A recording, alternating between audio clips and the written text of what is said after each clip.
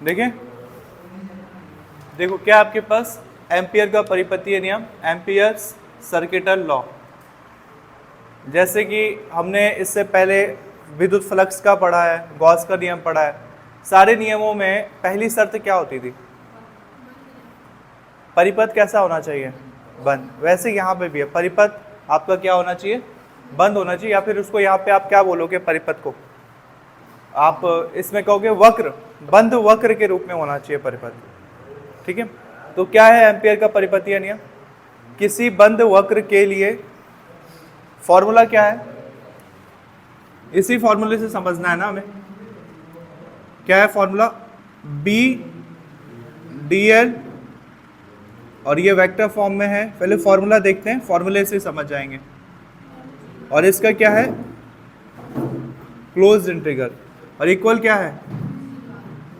Mu zero आई। ये है आपके पास फॉर्मूला। एम्पियर के परिपतीय नियम का गणितीय रूप है। इसका मतलब समझो, और पता है तो बताओ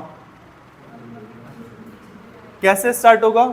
यहीं से हम वो बना लेंगे, प्ले है, यहीं से हम परिभाषा भी बना लेंगे। जो आपका वक्र है वो कैसा होना चाहिए? तो आप लिख सकते हो बंद वक्र के लिए, या किसी बंद वक्र के लिए, बंद वक्र के लिए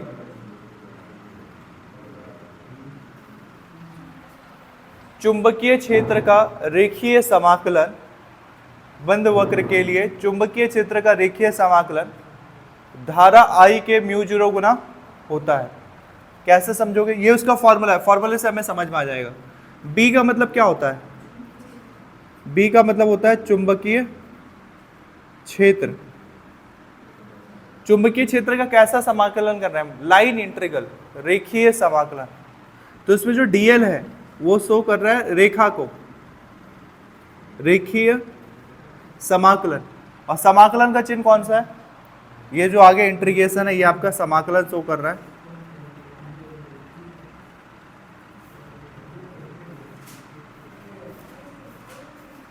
ओके, तो यहां से वर्ड निकला आपका चुंबकीय क्षेत्र का, बंद वक्र के लिए चुंबकीय क्षेत्र का रेखीय समाकलन। और बंद वक्र के लिए कौन सा साइन यूज होगा? समाकलन में कैसे पता चलेगा कि जो पृष्ठ आपने लिया है वो क्या है? बंद है, वक्र बंद है। जो आपने इंटीग्रेशन का साइन लिया है, ये इसके नीचे या तो सी लगा दो, सी शो करेगा क्लोज्ड। सी का मतलब है होना, इसको ये चाहिए था क्लोज्ड।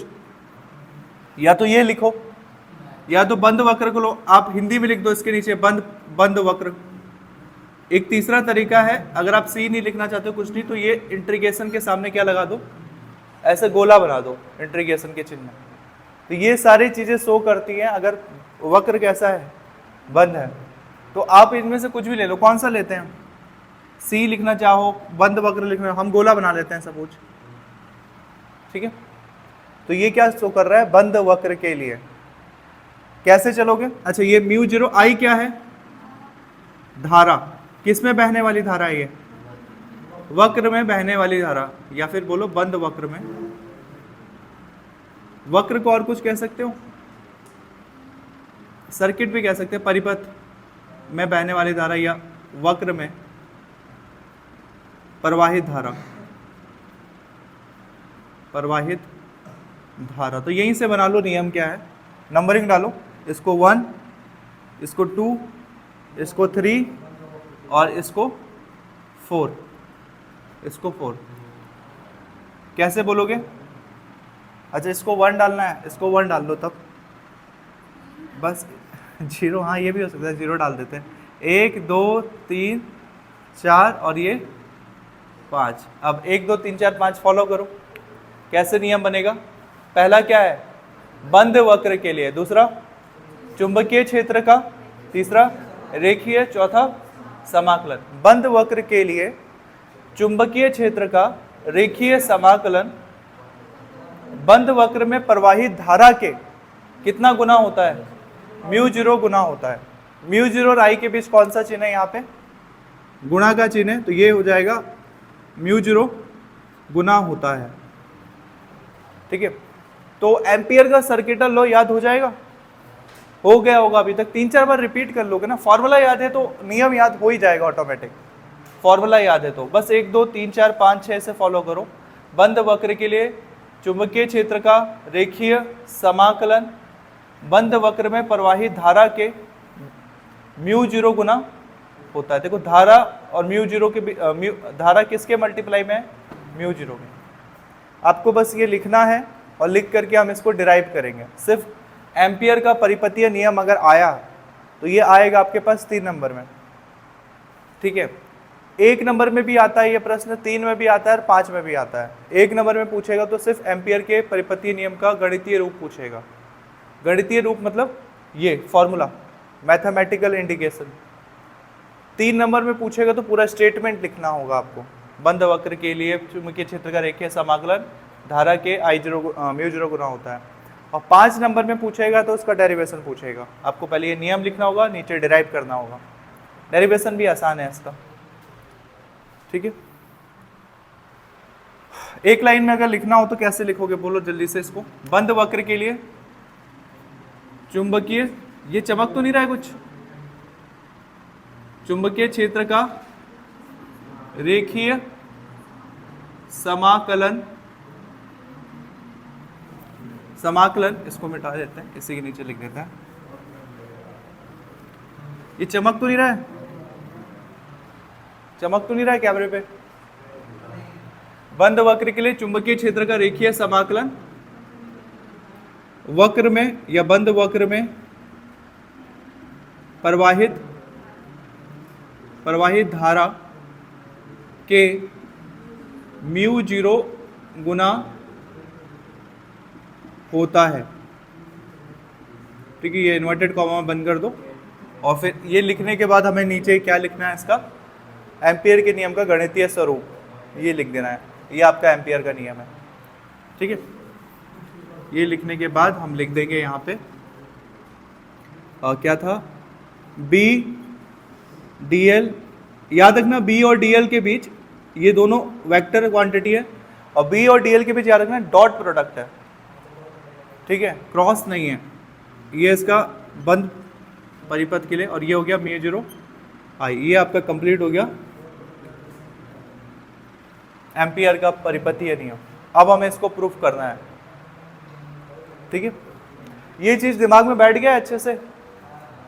अब इसका सत्यापन देखो कैसे होगा। तो क्या था, एम्पियर के नियम का क्या पढ़ रहे थे हम, सत्यापन पढ़ रहे थे, मतलब इसको प्रूफ करना। यहां चमक रहा है,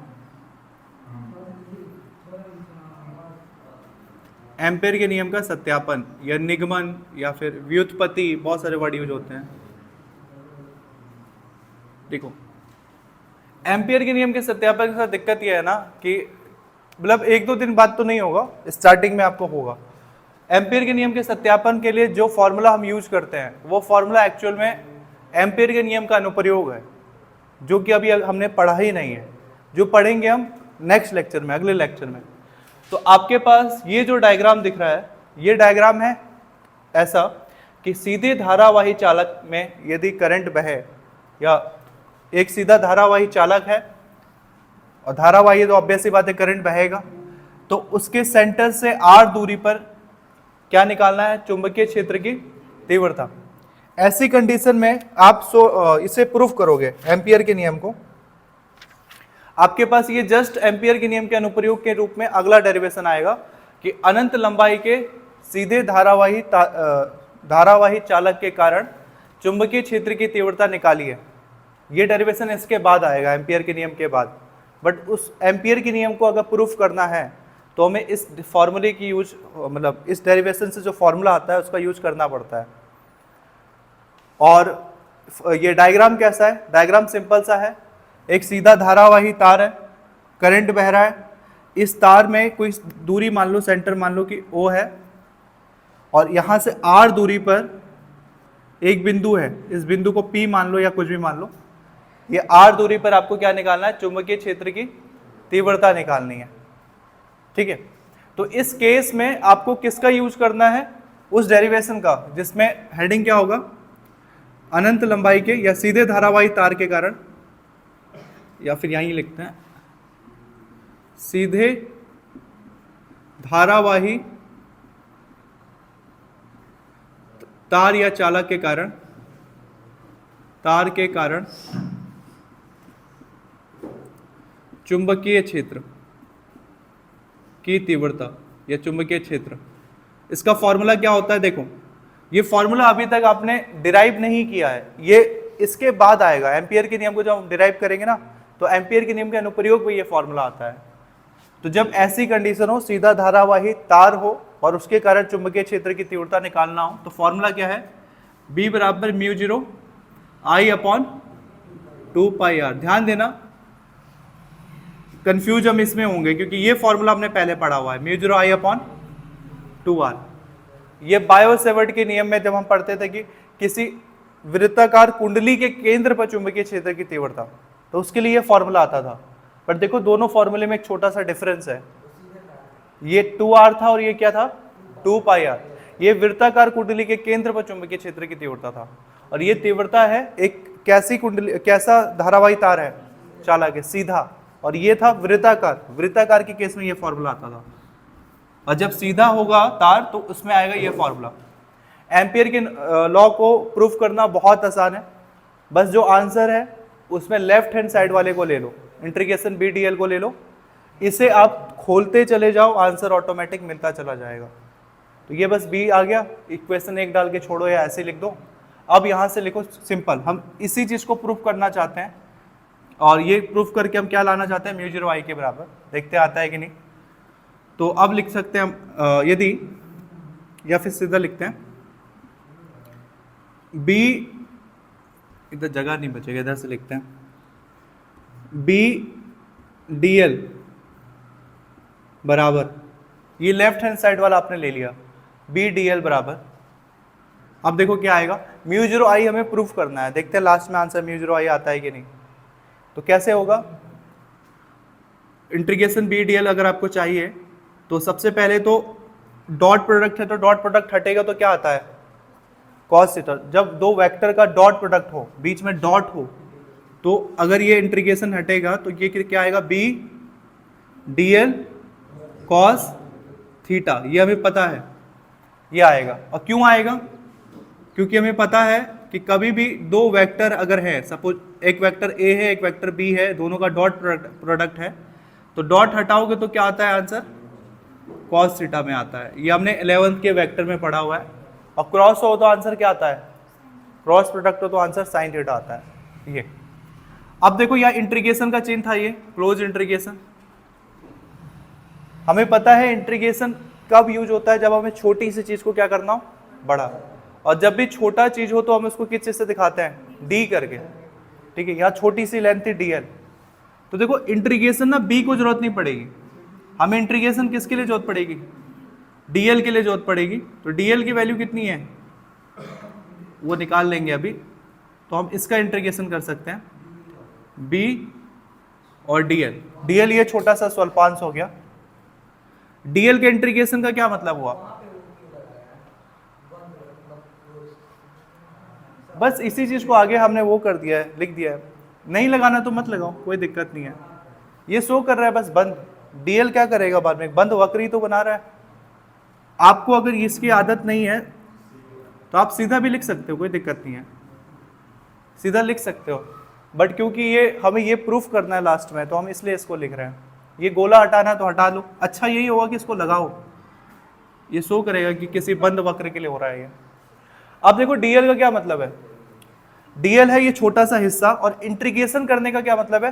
कि जब इस छोटे से हिस्से को आप जोड़ते चले जाओगे, ये छोटा सा हिस्सा है, ये सपोज ये छोटा हिस्सा है dl, इसको जोड़ते चले जाओ ऐसे, इतना सा हिस्सा, तो सेम ऐसा ही हिस्सा हमने उठाया और इधर जोड़ दिया। इधर करते करते क्या बन जाएगा? ये पूरा जोड़ते जाओगे तो फाइनली ये क्या बन जाएगा? सर्कल बन जाएगा। सर्कल की परिधि, वृत्त की परिधि बन जाएगी। और वृत्त की परिधि का फॉर्मूला क्या होता है? 2πr। तो वैल्यू पुट करो इधर आगे, इंटीग्रेशन b dl बराबर, ये लेफ्ट हैंड साइड वाला सेम रखना है, राइट हैंड साइड हम बस इधर हम चेंज कर रहे हैं। b की वैल्यू कितनी हो गई? इक्वेशन 1 से, या फिर कोई इक्वेशन डालना तो डालो, mu 0 I upon 2 pi r। Integration DL, integration DL क्या होता है? वृत्त की परिधि के बराबर है यहाँ पे। इंटीग्रेशन डीएल का मतलब यहाँ वृत्त की परिधि, और वृत्त की परिधि कितनी होती है? 2 पाई r। एंगल कितना हो जाएगा? थीटा कितना हो जाएगा यहाँ पे? 0 डिग्री। क्यों?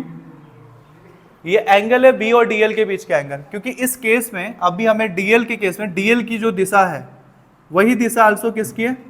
चुंबकीय क्षेत्र की भी दिशा है। इस पर्टिकुलर पॉइंट पे अगर आपको निकालना है तो ठीक है, वो ऐसे है जैसे कि ये आपके पास वो ऐसा है, और बीच में क्या है आपके पास? धारावाही चालक, इसमें करंट बह रहा है।